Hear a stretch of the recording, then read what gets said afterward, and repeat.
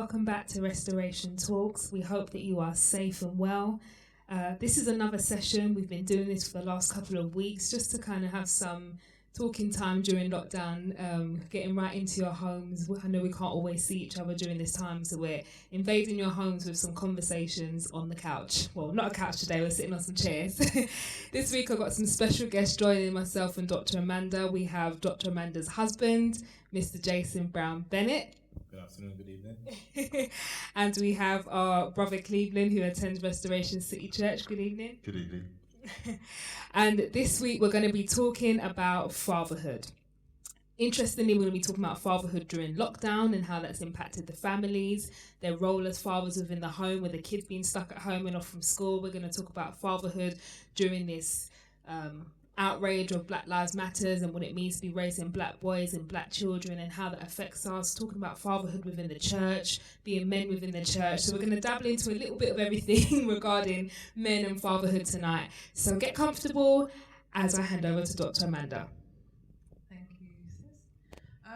Before we go any further, I think it would be nice for both of you to introduce yourselves to us. So just tell us a little bit about who you are, your occupation, and just a little bit about your family. So if we start with you, Brother Cleve over there. I'm a systems engineer. I work for the railways, TfL. I've been doing this job for about 28 years, 29 years. I have 3 children, married, 3 children. I have 2 boys, 1 girl, who's the middle child. The oldest child is 15, the girl's 12. And the youngest is 11. So I won't call myself a new father. I'll just call him a father who's had to work his way through a lot of the different issues you get being a father. As I didn't have a father for a long time, came back into my life a little later on. So I picked my role models. So I think I picked them well, because I think the children will come up well. And I've been in this church now for about 12 or 13 years, I think, in RCC. So I've learned a lot from this church, actually, about fatherhood. So it has helped me to step up and understand where you fit in within a family and why you need to fit in with a family. So I've had a long but a good journey in fatherhood. And Jason, if you could just introduce yourself. Well, as the beginning we discussed, I'm the husband to my wife to my right. I'm Dr. Amanda Brown Bennett. We've been married coming up to 6 years now. We have 5 kids, 2 sons, 3 daughters. The boys came first, girls came after. I'm an electrical engineer. I work in a family-run business, so Amanda's dad is my boss. Excuse me. But no, I've been working back with him for 5 years. I've been working back with the company. The company is called GMT Electrical Services. We're local itself in Croydon. We do many services itself. So we support TfL, so some of the machinery that they use, repair that sort of stuff, restaurants. We cover all sectors basically in the electrical field. Fatherhood, as much as I have 5 kids, I'm fairly new to it as well. So me and Amanda, we share kids. So Amanda had the 3 older kids first, and our 2 youngest came. So our oldest son, he's 17, going on 18 this year.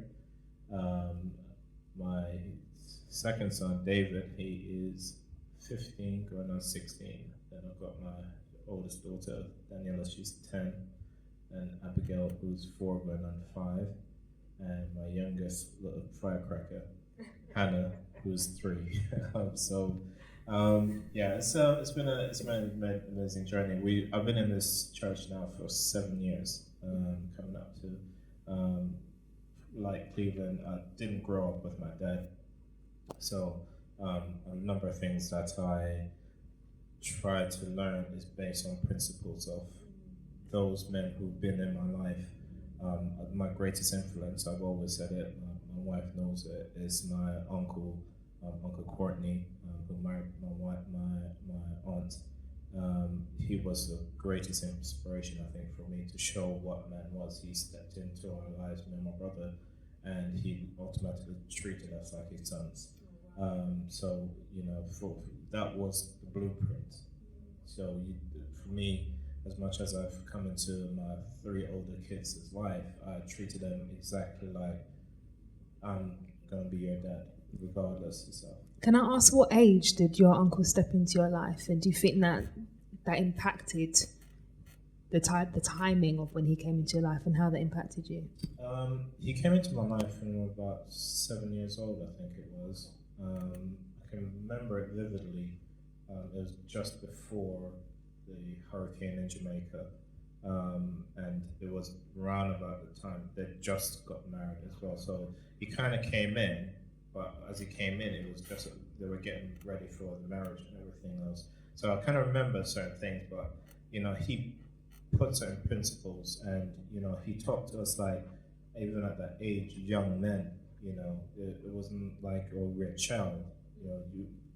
He's teaching us in a sense of how you present yourself when you're leaving the house, how you act when you're not around your family. So there are certain things, and I think I kind of try to keep those same principles in my kids. It's hard, I think, especially in modern day for young kids, because they're trying to follow suit.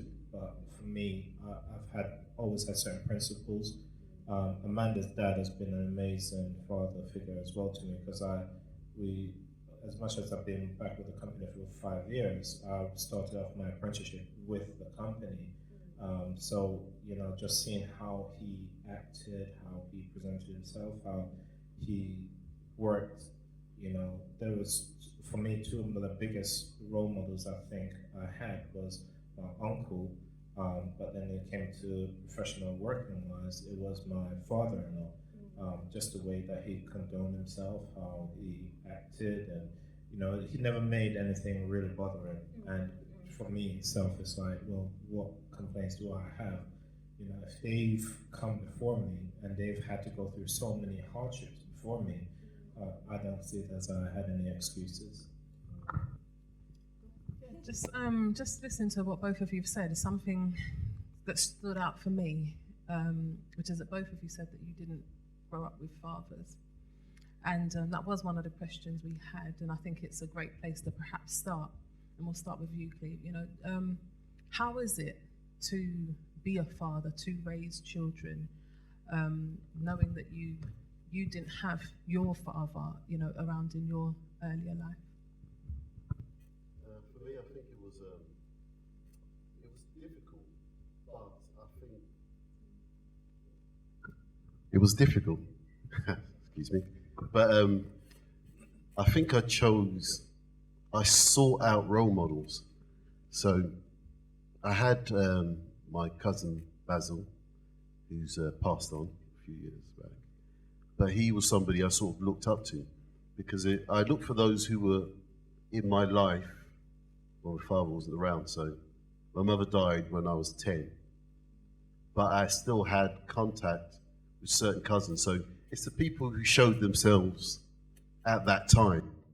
And then I lived with my cousin Basil and my brother for a couple of years. So I got a chance to study how he was with his family. And it always in the back of my mind was, how would I have liked to have my family? What would I like my family to look like? And I remember the good times when my dad was there when I was younger, when I was about the ages of 5. So as a 5-year-old, you have a little bit of a memory, the things that you did, go in the car, do all those sort of things, and the happy times before other things happen, life just kicks in. So I was really sort of looking around for role models for a long time. But I didn't think about having children, so my idea was, okay, definitely not having children until I'm about 26, 27. I thought that was quite old then. This is a time when we're still joking about Prince Charles. How come Prince Charles hasn't got kids and stuff? So people were still making those jokes. But then as I got nearer to those ages, I thought, no way am I having kids until I'm 30. And then, so I remember I had this, I called it moment of clarity in the night, just waking up thinking, if I want my life to be how I always dreamed when I was younger, then I have to start making some changes and start being like that role model that I was looking for. And I have to start putting things in place. So I gave it a lot of thought. And I'd seen a lot of peers and friends who'd already started that road of fatherhood and the issues that they were getting into because they were young guys. You know, they were the fathers to their child, but they didn't act, again, they might have had fathers in their households. And back then in the 80s and 90s, sometimes the fathers seemed to be not very vocal. You had those ones who were either very vocal and out there, or the ones who didn't say much in those households. And so to me, that didn't work either. I thought I didn't want to be that guy who just totals around behind his wife. And so I thought, that's not me. That will never work. Nor was I wanting to be that guy who was never there and he was loud, he was just out there. And so it's always about, how do I balance this? And this was before I thought I'd settled down with anybody, but you know. So I was modelling this all out before I even picked who, but that was one thing I said that definitely do. I need to pick who I'm going to be with. It can't be by accident. I didn't want to just fall into being a father, what I see, because then you'll say, well, I can see why some couples haven't stayed together in that sense, because they've had children with somebody, but it wasn't like that they'd always structured that to happen with this person. Sometimes these things happen because we're young, we're all out there, we get together, and sometimes these things happen. So I was always determined and thought, okay, I wasn't a Christian, and I was a kid, I was a young guy running around doing what young guys doing. But I said, I definitely don't want to have kids at this point. So I was always mindful of that fact. So when the time did come, and then my wife got pregnant. She wasn't my wife at the time, so I was thinking, okay. But it was somebody I knew I was going to be with. That was the difference. Getting married was something that was definitely going to happen now. You have to definitely get married. Ideally, we should have got married before, I said in my head, but, you know, these things happen. Do you feel you felt that pressure even more to get married because she was pregnant? I always resist pressure. I resist pressure because you've got to sometimes it's who the pressure comes from as well. Because if people are going to give me advice, I'm the kind of person who will take advice, but I'll examine who's giving me the advice. I mean pressure from yourself, because you said now she's pregnant, we've got to get married. So I'm kind of hearing that as I've set that for myself, now I have to do this. Yeah, it was always in my plan. Okay. It was always in my plan. And when her friends one of her friends was saying, so you're going to marry her now? Then I said, well, yes. But I will pick that time. I know when that time is going to happen. So, yeah, I thought about marriage was definitely one thing that was going to happen. And then it was about house building, thinking, right, okay, so the house is going to be right because we've got this young kid coming. You know, I don't know if it's a boy or a girl. I didn't want to know whether it's a boy or a girl. I'm very much, it had to be a healthy child. That's all I want, a healthy child. Don't mind if it's a boy or a girl. All I need to know is get the place right, make sure the job's right, make sure I start thinking about things like insurance. You know, you start making sure you've got insurance for yourself, the house. So a lot of things went through my mind, but I'm the sort of person who plans anyway. So, but the plans don't always fit, because I make plans 5 years ago, so they don't always fit for this time now. You think, well, that isn't going to work. So you adjust what you're doing. But the other thing was coming to Christ. That was big. It was like, if we're going to make this whole thing work, this is part of the plan. The plan's bigger than just me turning up, you and me to be together. We've got to be together as one with Christ. So that was going through my thought pattern. But there was always, after that, it was always a case of you can't control everything. You know, you've got to have plans in place, but understand, because you know as a child, you know your family, 1 minute you're all together, next minute you're all scattered. That's nothing to do. No one planned really to scatter their whole family. I don't think people planned that. but sometimes people don't plan how to keep them all together. That's the missing part of it. So mine was always, how do I make sure we stay together? Well, we stay together in Christ, first of all. That's got to happen. And I had so many plans, as you know, where you got your young one, you're thinking, well, we're going to be doing this, doing that, we'll be up and down everywhere. Doesn't matter if it's a boy or a girl. And when it came out, it was a boy. I was like, okay, got a boy now, so yeah, football, this, that, the lot. And the thing about it is the energy levels. Your energy levels before the child, they're spiking because you're doing everything. When a child comes, man, you are tired. I mean, I was shattered. I could admit, I couldn't believe when the first, say, 6 months, they were tough. And they were tough just through sheer tiredness, going to work and coming back. And then the baby's handed to you. And you're thinking, but I'm tired, I understand you're tired. So it was tough. So. Let's touch on that point, actually, just interject there, because that's something, actually, that perhaps isn't given as much attention as it should be. We know that women carry the child for 9 months, and women have to give birth to the child, and there's a lot of emphasis often placed on the mother. Who has to do the breastfeeding in the nights and all sorts of things. So therefore, there's a lot of focus on how the mother may feel, the tiredness and everything else. But oftentimes, actually, what the father goes through and experiences is something that is missed off. And I'm just hearing what you just said just there, even about, just being tired, and that experience of, all this energy and all this excitement and all this planning that went into place. And then here comes this baby, and all of a sudden the reality is quite different. It can be quite different, especially when you realise that tiredness now that kicks in. Yep. And I just wanted to know for both of you, can you say a little bit about that? Can we just enlighten everybody about what that experience was like for you? Shall I finish up? Yeah. For me, it was shattering. I phoned my cousin and says, how long does this go on for? And he says, about 6 months. I thought, 6 months? You're crazy. I was literally that tired. And I was working an hour and a half drive from home, so that hour and a half drive just felt worse in the mornings and coming back. But it was seeing his face, looking through the letterbox, took all that away for a while. So you sort of like push through it and play with them more. And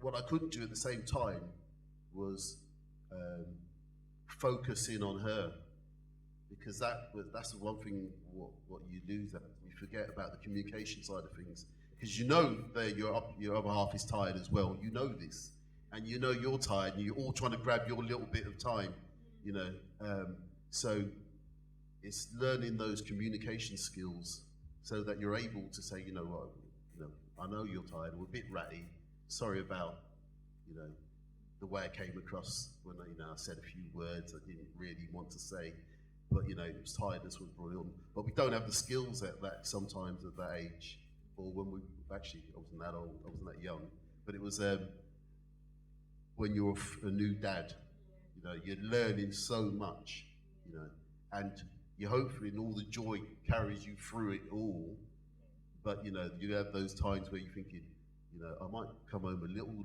slower this time, drive a little more relaxed, because I can take time and take a breather as I'm coming back before I come through the door. I might stop and have just a quick drink, just one pint, and then come through the door and relax. So you have to find that bit of me time to try and recover before you come through the door, just so you're better for everybody when you come through.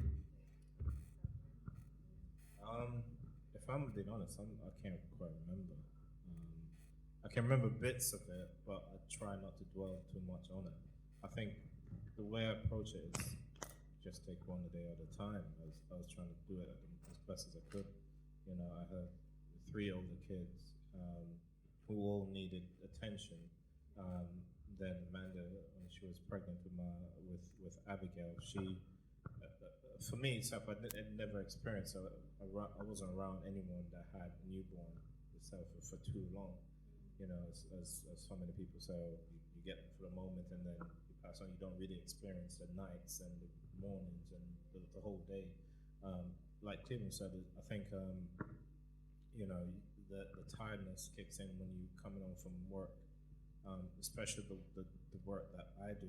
It is physically draining, and you know, at the time when Abigail was born, it was summer, and working in heat, in you know, in overalls and everything, and then you have to try and find the energy. But for me, I guess I got into the mindset of, well, your wife is tired, she's had a baby, so what's your excuse? I think that was how my coping mechanism was. You know, there are a few days that you do find that you're a bit tired and everything else, but you know, somehow you have to try and get through it. You know, not saying that it's perfect, but honestly, I can't really think and say, yeah, I remember going through this particular time. I think I just went into an automatic.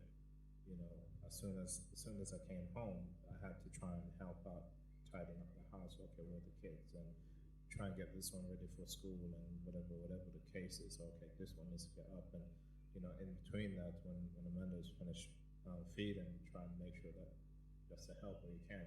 But again, as you said, you know, that it's a tiredness.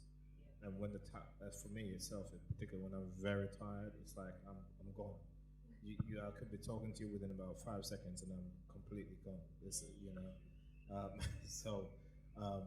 you know. But when it comes to a point when you need me itself, I try to make sure that is. But I think it's having that time for yourself. For me itself, I guess I kind of think of things of there's no time for yourself. You have no time for yourself because you need to make sure that everyone else is okay. You know, one of the things as a dad, you ultimately go into a thought process of, I need to be able to provide, I need to be able to do this, I need to make sure that my kids have that, I need to make sure, so you try to put everyone else first, but you realize that you're not thinking so much of yourself. There might be moments, and for me, I literally think moments, you know, but it's like automatically, everything is, okay, what do you need, what do you need, what do you need, what do you need, you know what I mean? So for me itself, because I never had that, I guess in a sense, that went into my moment of, I need to be able to provide that because I know what it was like to not have it. So I wanted to make sure that whatever my kids need, I could provide for them. You know, if it's a better environment for them to learn, I'd rather know that I'm going to put the work in to make sure that they're in that best environment for them to learn. You know, so we try to bounce off of each other as best as we can. Things are never going to be perfect, but you just want to make sure that, as my wife always says, we always want the kids to have great memories, and when they get older, they know that they've had the best opportunity to make their start of their life as easier as possible because of the opportunities you presented for them. Okay, it sounds like we have two amazing examples of fathers sitting before us, and again, back to the point I mentioned earlier, both who were able to testify to not having had your own fathers in your life for the best part of it. You know, one of the things we've been hearing a lot of lately is that, you know, black homes lack fathers. And right now, although you guys didn't have a father in your life, some of it, we're hearing that you both seem to be quite good and quite shining examples of fathers at the moment and are both around for your children's lives. I'd just like to know your thoughts on that, on this idea that black homes lack fathers. I think I've seen plenty of examples of black homes with fathers. So I've seen others where the relationships between the fathers and the families have broken down or not quite right. And I do know, it's not that I don't know people whose fathers also haven't been in their lives. But then there is also many examples where the fathers are nice and really good fathers. You know, a lot of them are friends that I have. I know are brilliant fathers. Now, I'm not married to them, so I don't know if they're brilliant husbands, but I know that they are brilliant fathers. And I know that they do speak, we speak about children as well. If the children are doing well, we probably don't have as much conversation about them. If something's wrong, You quickly see where someone brings up the conversation, and then people do sort of like offer advice or, say, yeah, I remember that, I went through that. So it's getting rid of the macho part where we believe that we're going to do it all ourselves, and we realise someone's already walked through this path. So why am I struggling? Why don't I just say, the boy's playing up or something's happening? Fortunately, I haven't had that issue yet, but not to say I will do, but you have to prepare yourself, because I don't think, as I always say, you can't father the same way you did 10 years ago. The kids change, your relationship changes, everything changes, and you need to change as well. So you have to see that, the techniques you used before don't always work anymore. So you've got to come up with new ideas, new techniques. You have to see what fits with each child as well. Like Jason was saying, your children are different. Some like stick, some like the carrot. Some want to be rewarded, some want to be praised, and some want to barter with you. That's just how it's going to be. And that's their character coming out.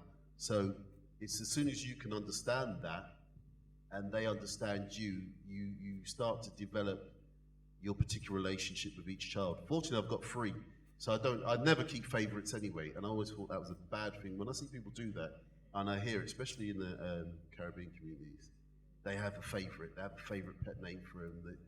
They don't realise the damage they're doing with just these they think it's just quite simple and, it's just innocent, which it may be in their minds, because that's what they're used to. That's what happened when they were growing up. But in this day and age, I keep saying to you, you don't get it. When you say things like that, you don't realise how you damage the other child. They're listening to every word. So I say all 3 of them, my girl's my favourite, because I've only got 1 girl. My youngest is always going to be youngest, my eldest is always going to be my eldest. So there's no competition going on there. They've each got their place.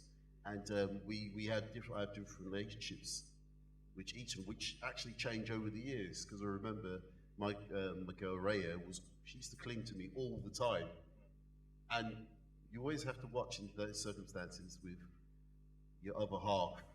And when children cling to one parent more than the other, that can build up some sort of misunderstanding with the other half, because when you come home, it's daddy, daddy, daddy. Well, they haven't seen daddy all day, so that's probably why they're saying daddy, daddy. And plus, they say dada first because we hold them and keep going dada, dada, dada until they say it. So there's all these things happening. When as they get older, they discover the other parent as well a bit more, because you might be out to work more. There's more interaction between them and the mother. So it's just being able to really adapt and see those changes and not have think that something's going wrong. No, it's just people changing. Sometimes we overthink situations when it comes to our children. They will go through different phases. That's just normal. And yes, you have to look out for certain things, certain triggers maybe. But sometimes a lot of it is just innocent. Like I was always thinking, every time I see these programs when you watch TV, you always see one child always goes and shuts themselves away in a room. There's always one child who likes to be on their own for whatever reason. But sometimes that's just normal. Yeah, you do knock on the door and look around thinking, you're right, yeah, I'm good. Okay. It's just how they want to be. They want to be on their own sometimes. And then, as long as I see them interacting with the other 2, then it doesn't bother me. I just think that's just their personality. You, Jay?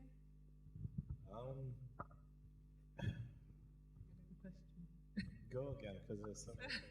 Sorry. No, I was just asking about, the fact that at the moment there's a lot of talk around the fact that there are, black families lack fathers, and I just wanted to know your perspective on that. I think I grew up, where I grew up in Jamaica, so you did see a lot of black fathers in the home. I did.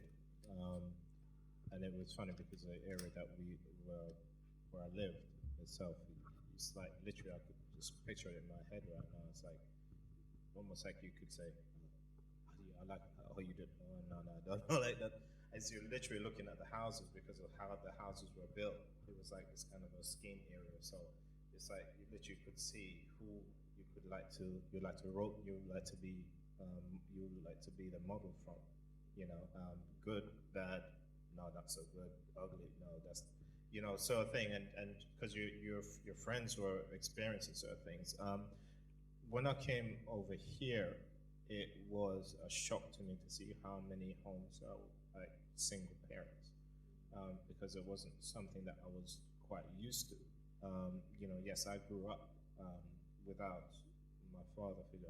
I knew my dad, but I had, like I said, I had others that were kind of instilling certain principles in me. Um, it can affect um, children, I believe, especially when the kids go to school and they always have that, oh, my dad this, and sometimes you feel like I don't want to discuss this sort of thing. That's how I felt. I don't want to go into that whole, parents talking about parents, and I made an issue that I didn't want to discuss my parents. You know, you always felt this offense. But for me, I personally say that it didn't affect me in such a way. What I found is that I had to be the best person I could possibly be.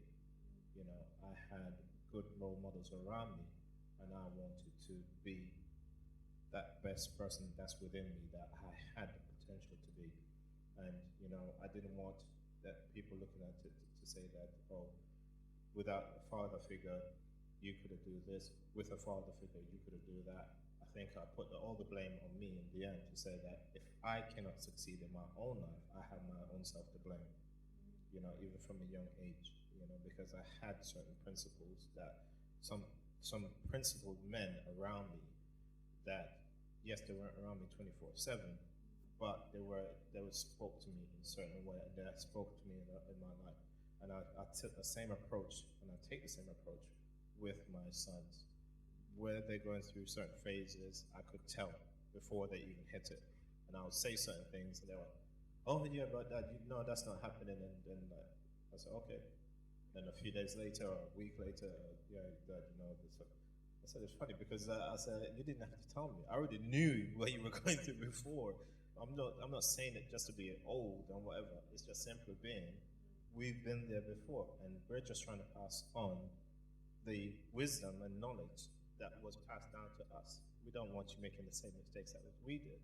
But just as it is in society, there's some people that can take understanding from just you saying it, but unfortunately there are others that's going to have to experience it. But when they experience it, it doesn't mean to say that it's going to be a I told you so. It's like, right, how will we move forward from here?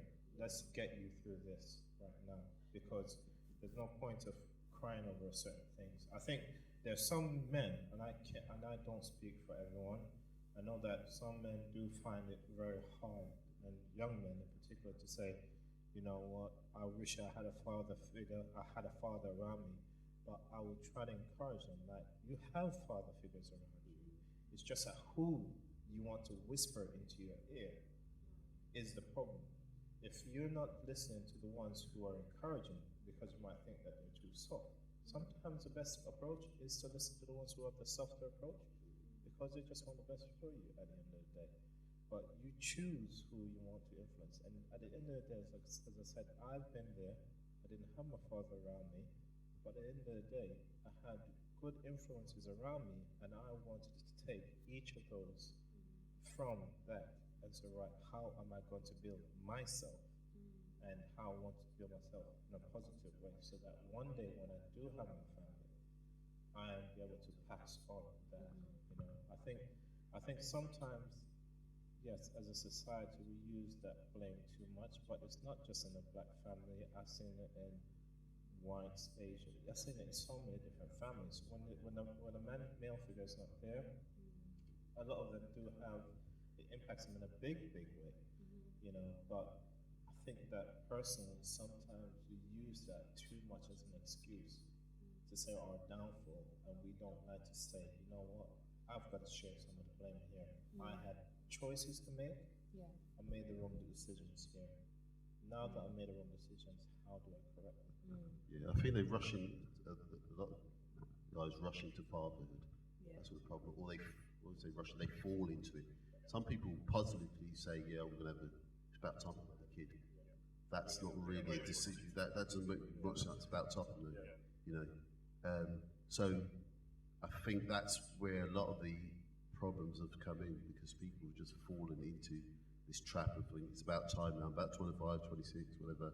About time I have a couple of children, and they don't realise everything what comes with it, and they don't think back to even if your father wasn't in your life, you got to think that little boy who comes out, that's a mini you. How do you want that mini you to be treated? Because when you were growing up without the father figure, what was the sort of father figure you would have liked to be around? That's the person you're going to be for that mini you now. So if you can't do that and you're not prepared to make that sacrifice, then you're just not ready. Just leave it, give it time, find the right person, wait until you're ready, and then do it. Thank you, both of you. That was very enlightening. And also, just to add to that point as well, there are organisations out there such as Father to Father. I think there's Families Need Fathers. There's a few organisations out there that are there to support men through fatherhood. There are organisations out there if you feel that you do want some sort of mentoring, if you're a young father, because while it's great hearing you both say, you've had to find it from within, or you had people around you, I think we still have to acknowledge that there are some people who feel as though they don't have positive role models around them and can't find it, and perhaps have tried to locate positive role models and have fallen into the wrong crowds. And just to also say for those of you that may fall under that category, that there are different organisations out there that you can look to. If you are in a church as well, we know, look to some of the brothers in the church, your pastors, try and reach out to people in order to find some of these men that you can make yourself accountable to and can reach out to for support. Because we know, one of the other statistics we know of a lot is where they say that men do not talk. Also, that statistic is quite high among black men as well. And here we're hearing two men who have courageously lent themselves to share some of their experiencing with us. And I'm sure that people listening will share some of their experiences, perhaps even have certain questions from even some of what's come out of today. And we encourage you to reach out, to talk, even to reach out to us if you have a question for any of these guys, as I'm sure they'll be willing to devote some time to engage with you. Just another question as well. We know that right now we are, as we've all said, in some unprecedented times. We know that these are times that we have not experienced before. And, parenthood, there is no manual. We don't know what we're going to get, and as much as Cleve, I hear all the preparation that went into relationships and everything, but parenthood, there is no guide for what it should look like. There's no formula. And then something like this happens. We hit 2020 and we have this COVID situation, and we have kids out of school for months, parents out of work for months, everyone's in the house together. Then we have, everything that's taking place at the moment in the world concerning race. And we know that for us, these are things that perhaps we didn't even expect to encounter. But now we have these children coming up under us that are just as confused as we are, that are trying to find their own ways to cope as well. If I start with you, as a father, what is it like in these times in particular, trying to be that father for your children through these very difficult times? It's finding, like again, different techniques, different strategies, different plans, and what plan am I going to put out this week?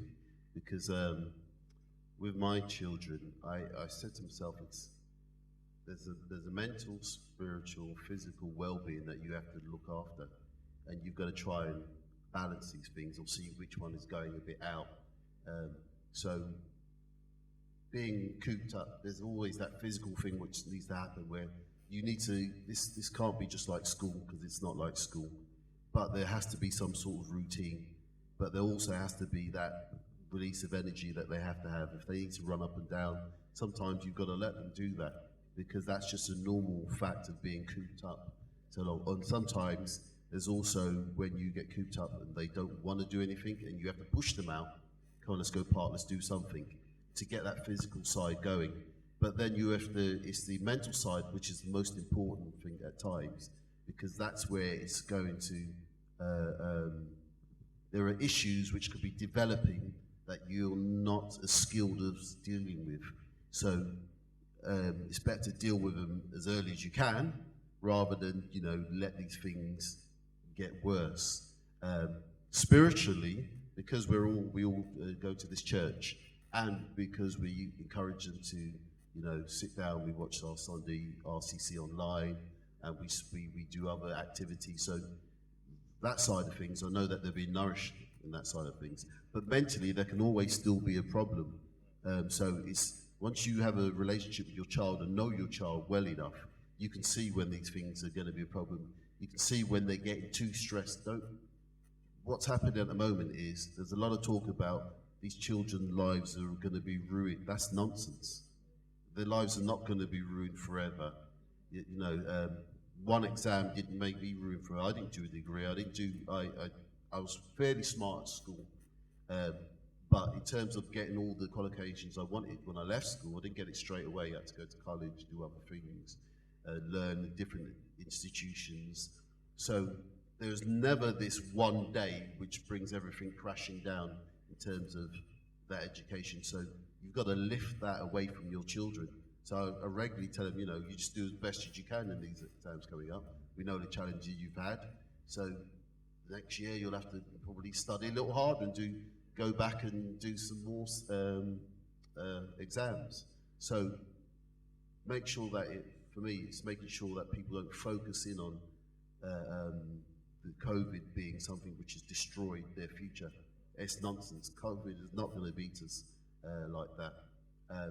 So I've sort of prioritized their mental well-being in this time. Give them structure, allow them to come outside of that structure every now and again, but there's got to be a routine, because you've seen where if you allow that routine where they're going to bed late, getting up late, barely doing any schoolwork, it might be fun for them after a while, but when they start 3 or 4 weeks later and you can see them just changing, that's because they don't have that routine. It's very true. People always tell you, other parents always tell you, they need a routine, from when they're born. It's so true. And then you have to have your breaks in terms of make sure they see other children as well, not just on Zoom. You can go and stand outside your cousin's house and do that sort of thing. There's got to be that interaction. You've got to nurture the whole of the child, because we want rounded children, don't we?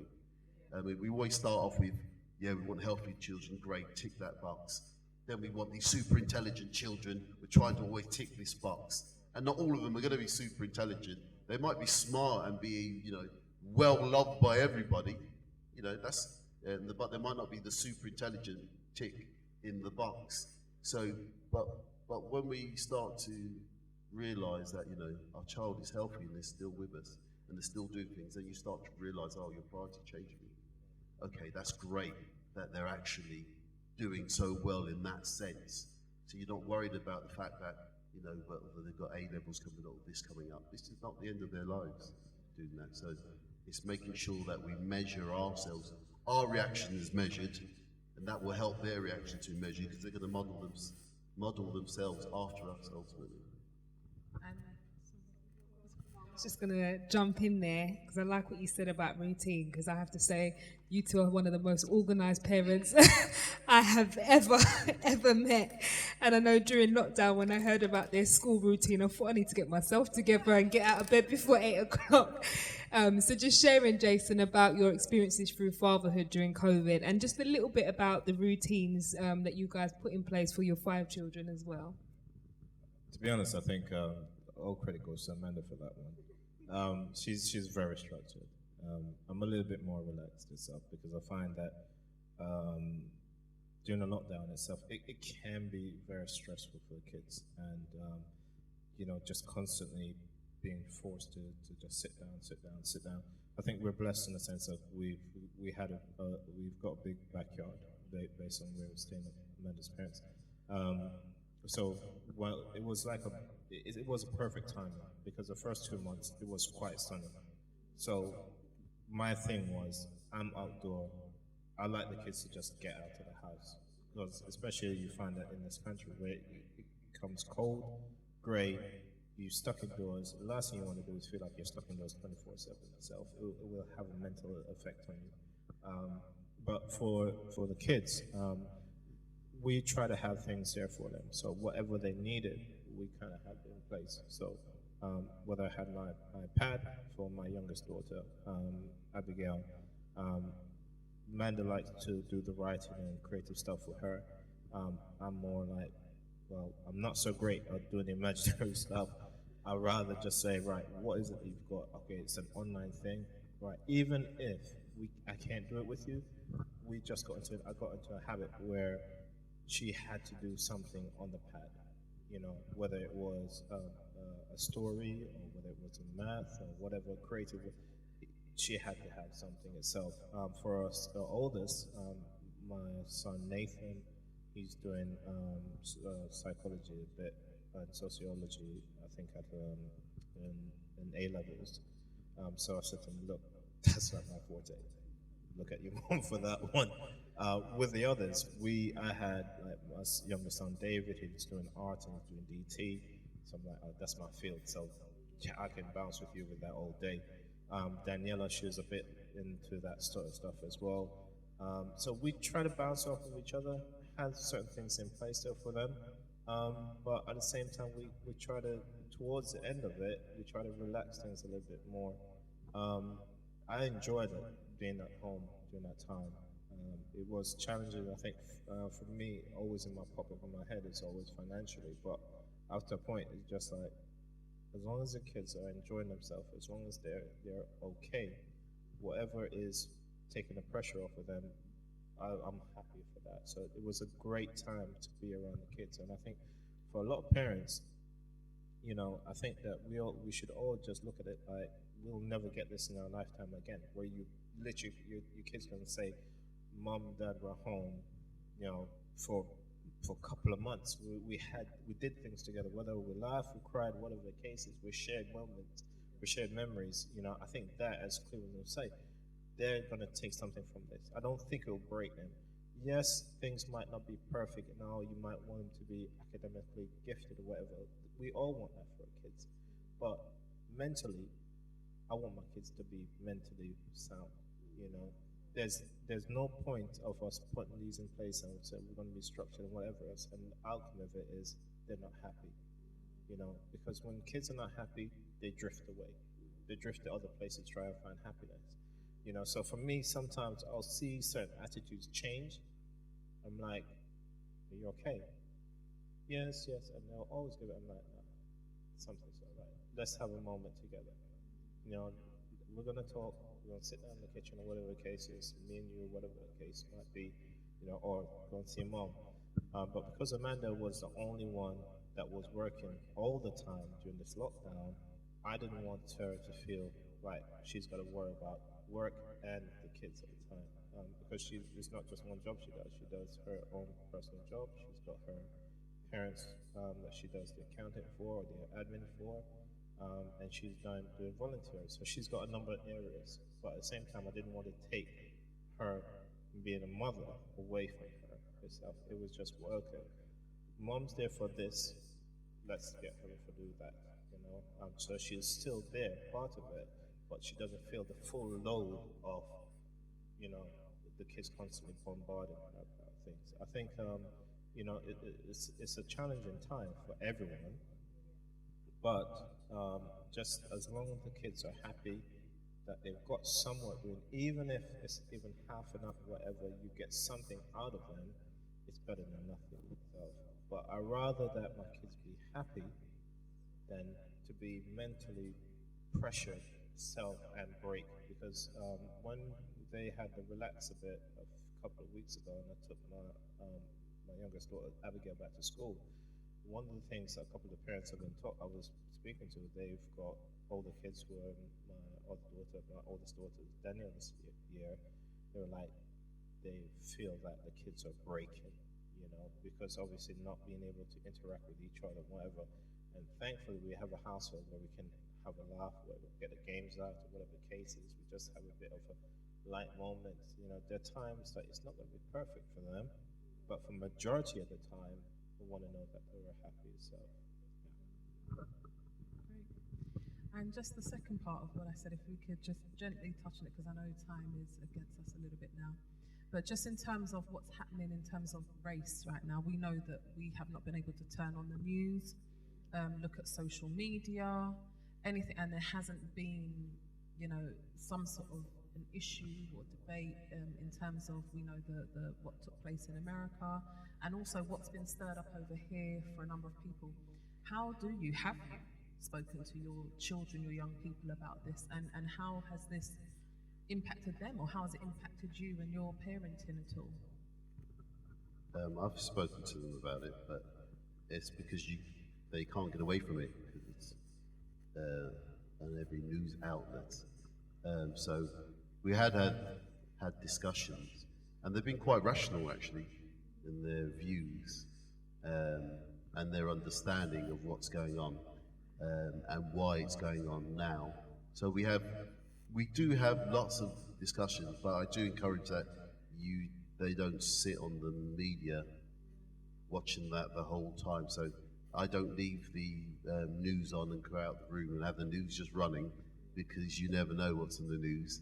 And so I tend to make sure that we have just our family time. We're going to have watch a film or something that we're going to do together, but also letting them know how important it is what's happening at the moment. So there's no disguising it. There's no sort of sugarcoating it. This is happening for a reason. So you try to explain the reasons, but they actually seem to know a lot more than what you think. They've got their own opinion, their own view straight off the bat, and you think, okay, that's quite interesting. And then they recall some of their incidents and say, was that racism? So you have discussions about that. So sometimes I say, well, that probably wasn't. Maybe that was. We'll see. How did you deal with it? And you recall some of your own experiences. Not too much. Mine a little bit of the age and not quite ready to hear the full experiences of what you could do. But they regularly hear me speaking with family members and stuff like that about what's going on. Because I always said to a lot of families, you can't sit this out. So when they're sitting with me, they're clear on it. You cannot sit this out. These are things where you have to have a voice. So I speak. So you have to tell people about stuff. You have to have conversations, however awkward it might seem. But in the long run, having those conversations helps others to understand your viewpoint. So it's all about teaching them those skills of how to communicate and how to properly put your argument together, because I've heard some things and they're just nonsense. People spouting on the internet just loads of stuff, not connected in any way, not structured in any way, not edifying anybody in any way. They're just hitting the next thing and the next thing and the next thing. So it's pulling, you have to know when to pull back and rest yourself, so your kids can see that's what you're doing and say, no, don't need to speak about that today. We talk about other things. So it's about balance. Yeah, I mean, I echoed everything that Cleveland just said. I think sometimes your emotion get too high, it can run away, and you lose the purpose of everything that's going on. And you, at the same time, you need to show as well your kids of how to deal with things in the right manner. Because if you go off on a tangent, they're just gonna, oh yeah, that should be fine. No. And I've had this open discussion myself, especially my older son, both my sons really, they like to talk so deep about certain things. But my youngest son, I found really affected him emotionally because of some of the things I think he possibly experienced at school as well. And I had to say to him, like, look, these things unfortunately are going to happen, but you need to be able to know how to deal with this in the right manner. Because if you let your emotions run with you, then unfortunately you will defeat the purpose of what you can show that you're a bigger person from this as well.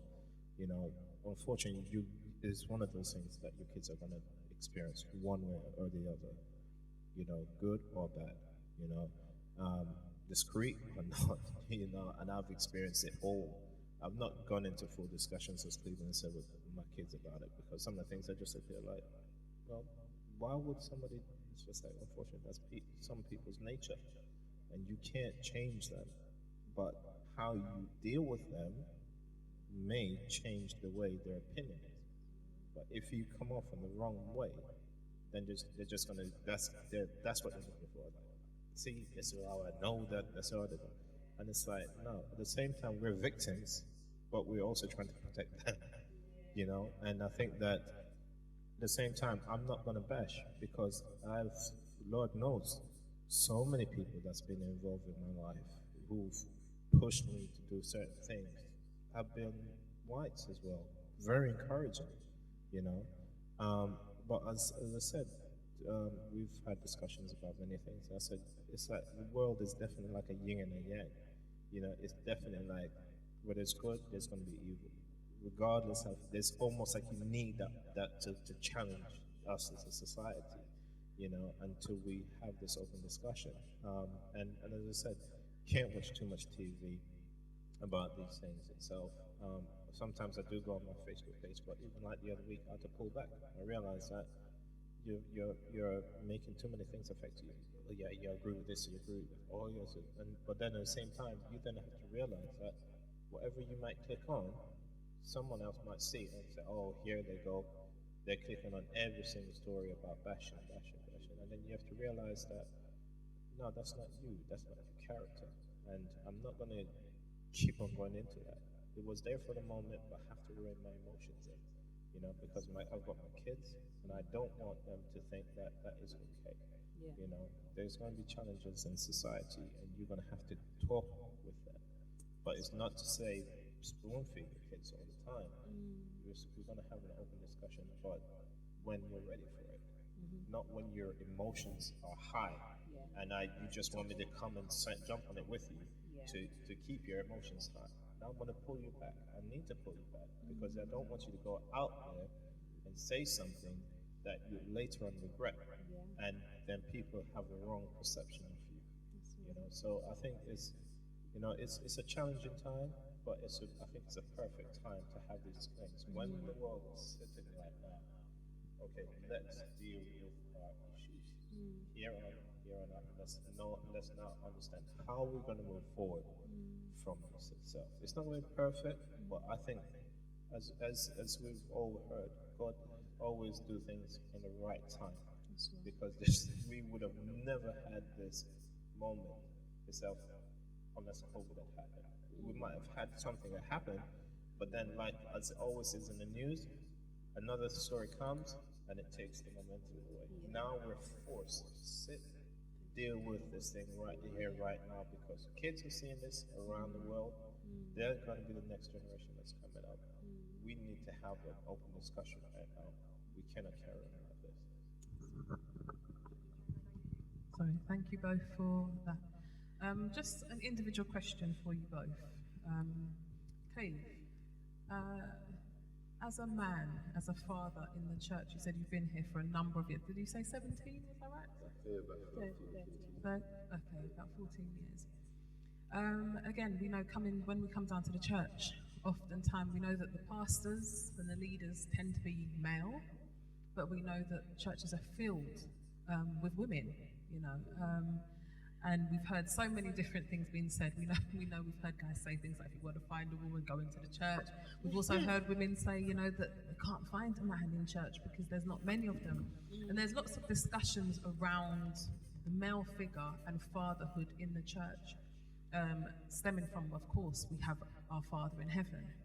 And just wondering, if you could just share a little bit of your experience and perhaps even just a little encouragement for the men in the church on fatherhood, fathering in the church, and on manhood within the church as well.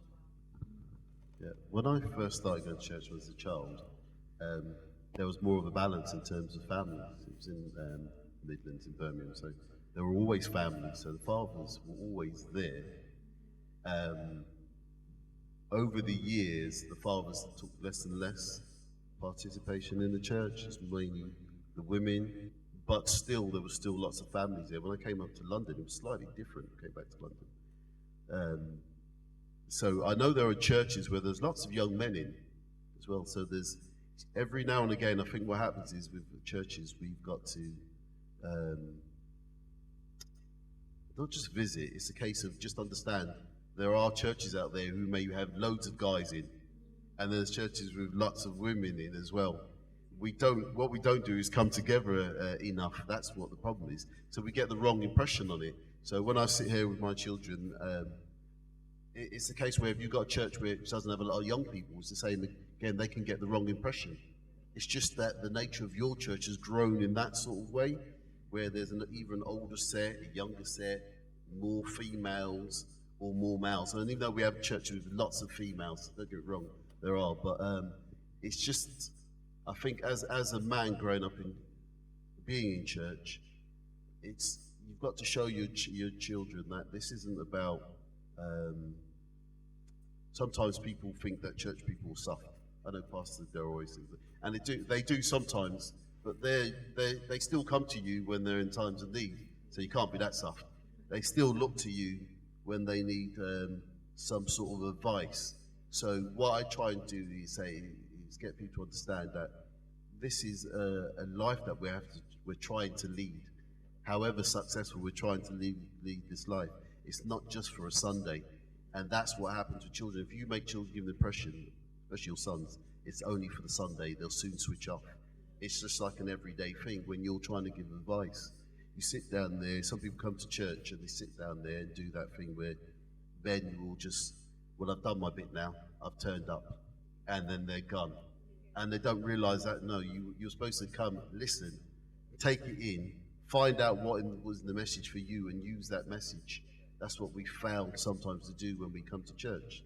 We just do it out of habit, or we do it because someone's goaded us into doing it, or pushed us into doing it, or said, I haven't seen you for a long time, and you just... What we haven't done is start to translate what we're learning in church into our everyday life. We haven't said to him, look, you come here because I'm going to tell you something which is going to make life so much easier for you. It's going to improve things so much in every area that you're looking to improve in. You know, that our message doesn't always translate well to young guys because they want to just be out doing their own thing, in control of their own life, doing everything they want to be doing. And they just think that anything to do with Christ and church is contrary to that. Now, but yet, when we grow up in church, as we grow in church, we start to understand, no, God will allow you to have some freedoms to do things, you know, which are not contrary to his word, but things that you can do. But at the same time, you start to realize what God's plan is the better plan. When you start realizing, actually, when I do listen, things go a lot smoother. Things go a lot better to plan. My plans, like, because God will drop something into your head, and you think, okay, let me try this out. And then when you realize the fruits of it, you go, okay, I see it now. You start to listen more. When someone gives you good advice, and that advice comes through, you want to listen more. But with church, we sort of think, those church people, they ain't been through anything. Yet sit down and talk to us. They have got no experience. Oh, yes, we do. Some people have grown just up in church, I get that. But we still have experiences, and some of us haven't grown up in church. So we have the experience. So I've been fostered. So you want to talk about fostering? We can talk about fostering. We can talk about not having a father figure. We can talk about death early, you know, losing a parent early. There's lots of things you can talk about, you know, or what was it like clubbing when you can talk about stuff because we've got common ground. And they don't always see that in church people. They just see someone who's trying to be perfect, and I'm never going to be perfect, so I'm not even going to try. And we've got to break down that barrier so they understand us a bit more. No, we're not perfect. We're trying to live this life, you know, but we're trying to say, there's my rule set that I'm going to use. This is my plan I'm going to plan, but God has got a greater plan for me, so I have to make sure that he's in control of this, you know, because if I stay on my own understanding, eventually I'm going to go wrong. Eventually I'm going to hit a situation that I haven't been in before. And if I don't have the right role models, if I don't have something, what am I standing on? Even this time in COVID, you say to your kids, you see everything that's going out in the world, but what are we standing on? You know, what am I standing on? What's my faith? That's when my faith has to come to the fore. If it doesn't come to the fore during COVID, when is it ever going to come to the fore? And that's what your kids have to watch and see. And that's the message you have to give out to other people as well. Come to the church, yeah. The church is the people, it's not the building, it's not religion, it is the people. So if you feel there's improvements that need to be made in the church, come and make them. Don't sit back there criticizing, come and make the changes. Be part of the change, you know. We're not here spotless. We're trying to be spotless. That's what we want, is to try and be spotless. But we do know that we are humans and we do fall, but that's why we have repentance. That's why we know we can come again and repent before God. So getting that message across and being consistent with it, that's the thing, is consistency. And that's what the children look at is, when I'm looking for my role model, I look for consistency. Who was consistent? Who was there when I needed someone? And who was always being there? Never perfect, but they've always been consistent. So being in Christ and being in the church, I don't see a conflict anymore. When I was younger, I would have seen a conflict. The me now and the me that they think I should be. There's conflict, but I don't see that conflict now. I just see it as a journey. Coming through church, being in church. This is where I come to get some more knowledge, some more understanding. This is where I come to share understanding and help others, and others help me. So I treat it very much the same way people might treat the doctors or the physicians or the school. That's how I see church. That was great, a great response. Thank you. And Jason, a few times you've mentioned your children, your sons, your daughters, and you also at the beginning mentioned that, I had 3 children when you came into the situation.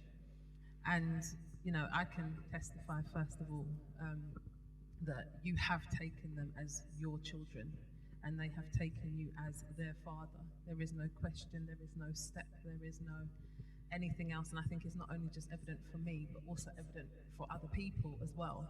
And we've actually gone out places and people thought he was more the parent than I was, or just how involved you've been when we've gone to doctor's appointments and various things that, you've really taken on this role, 100%. And, we know that there are many men out there that find themselves in a role where they take on other people's children or struggle to. And we just a little bit of an encouragement and a little bit about your experience of what it is to come into a family, if you could share a little bit. I can't say that, for example, for me itself, some people will say, oh, it's when you have them very young, that's how you can put your input. No, when I came into Nathan's life, Nathan was 10, David was 8, Daniela was 3. So they already had their perception. I think it was, just looking back at my life, it came down to how open the child will be to you as a parent. And I can just only think about, as I said, my relationship with my Uncle Courtney. I was open to him because how he was. He was very loving. Wherever he wanted, he would take us out. He would have a laugh, and but at the same time, you set certain things and you set certain boundaries. To be honest with you, I didn't think. I just did. And I think sometimes we like to overthink things too much. I think it's more about, what do you need? Okay, I think you need this. Right, you need that. Having an open conversation with a child makes them feel like they're a person. That they're, whatever you say to them, whatever they say, you're gonna ask them. They're gonna say something to you, and it's not just gonna be like, okay, I'm just gonna sit down here, and whatever you tell me, I'm gonna ignore it anyway. I'm gonna do what I feel, is best for you. I think that when you take on board a child, you have to consider them, what they need, because it's alien to them. They're giving something away. They're giving themselves away. Their trust, their insecurities, whatever fears they have, they're giving all of that to you, and you have to be the one to say, okay, I'm gonna make sure that you are looked after here. So for me itself, I didn't think, I just did it. And I had that open conversation with my kids and, you know, what do you need? And, you know, I remember when my youngest son, he was like, I'm going to call you dad. I'm just like, okay, you just want to, and he was just like, yep, you're my dad. And you know, my oldest, Nathan, I remember when we had a discussion about it, I'm like, whatever you feel is comfortable for you. You know, David was the first one, and then it was Daniela, and then it was Nathan. You know, and I said, whatever is more comfortable for you. At the end of the day, I just want you to know that I'm here for you, and whatever you need, I'm going to try my hardest to make sure that you have the best that you can get for your own future. That's it. I think we just overcomplicate things far too much. We overthink things way too much. And most of the time when we're thinking, we're not thinking about them. We're thinking about us. We're thinking about how it might look on us when we go out in society, whatever it is and whatever. I think at the end of the day, if you know that you want to be and partake in a child's life, you have to forget about yourself most of the time. You have to think about them. They're the number one. Because a child does not stay a child forever. They become young adults. And they remember certain things. So what are you going to do? You're going to make them have good memories, or you want them to have rotten memories that they're thinking that I want to take 10, I want to make sure that I'm nowhere near you? Or do you want them to feel comfortable that they can come and talk to you about anything? It's not going to be perfect. We all know that. Kids go through their emotions, you know, but at the end of the day, you just want to make sure that you're there for them. For the good, the bad, the ugly, you know, that's what it's supposed to be about. You know, so for me itself is, you know, whenever my kids are sick, I'm always there. If they've got to go to the hospital, I'm always going to be there. You know, I've got obligations to my father-in-law's business, and because of my principles of how I was principled when I was younger, I would say, Dad, you know what? I'll come and make up the time difference, whatever the case is. You know, and I'll do that. He will say to me, I don't need to, but because of how my mind is, I can't just say, I'm going to take 2 hours away this day, or I've got to be 4 hours away for another day, whatever the case is. I have to make up that time, because you have to have integrity, you have to have principles, you have to have honor, because at the end of the day, you're raising a generation right now that they need to see that. It is very important that they see this. You know, because then they start, reach one, teach one. They start doing the same thing, and that's why I always say to my oldest son, whatever you do, make sure you do it in the right way, because your youngest are going to be watching you. Whatever me and your mom have done, you've always done how we act. You basically follow suit from us and carry on. You know, and I think that's so important at the end of the day. Don't overthink it. Once you're in a child's life, make sure it's the best experience that they have. Simple as. Wow. It's been so good hearing from you both today, Jason and Cleveland. Thank you so much for coming. I've been blessed today.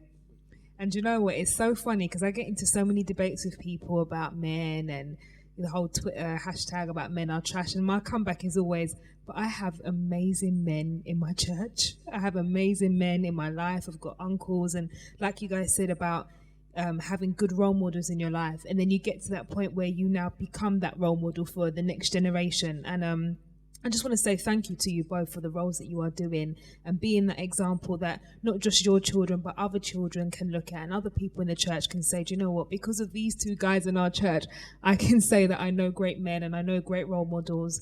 So thank you. And Brother Cleveland, just quickly, I know you started a new project with Men's Talk Mondays. Yep. So just give a quick shout out for that before we close.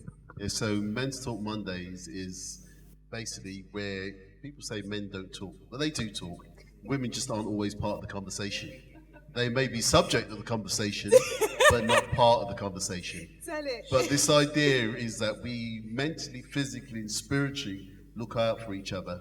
Once we get to understand how each of us needs to be treated or likes to be contacted or communicated with, that becomes a lot easier. And I know sometimes we don't always find outside our immediate groups enough guys we can get together with. Well, Zoom or Hangouts or whatever house party is providing a platform for us now where we can just speak directly with each other, and we can start speaking deeper than what we would usually speak. So this isn't just a football chat. This isn't just your everyday chat. We just put a question in there, and it doesn't get too complicated. So on a Monday, 7 o'clock, we might move the day around, but we'll always give you lots of heads up when that does happen. So if you look out for links in our RCC online information, we'll start sharing a lot more in terms of when we're doing stuff. So if you'd like to join in chat, it's the Men's Chat Monday, and we just really get deep into stuff. And eventually, we're going to come together with all the women that we know and all talk together, because really that's the goal. We start off maybe as guys talking together, but after a few months when we've done that, the goal is that now you see guys do talk, and we all really need to talk together. I love that. I think one of the things that we need to develop in the Black community is communication. Communications between spouses, children. And the thing is, actually, one point that I picked out from you guys is you both spoke a lot about having conversations with your children about whether it's about COVID or about their race and the racism wars that's going on. So I really love that, because I know how important it is when children have their voice and feel heard and feel listened to. And it's amazing. So yep, that was another session of Restoration Talks about fatherhood. Thank you for joining us. Subscribe to our page, and we will see you again in a fortnight. Bye-bye. Bye. Bye. Bye-bye.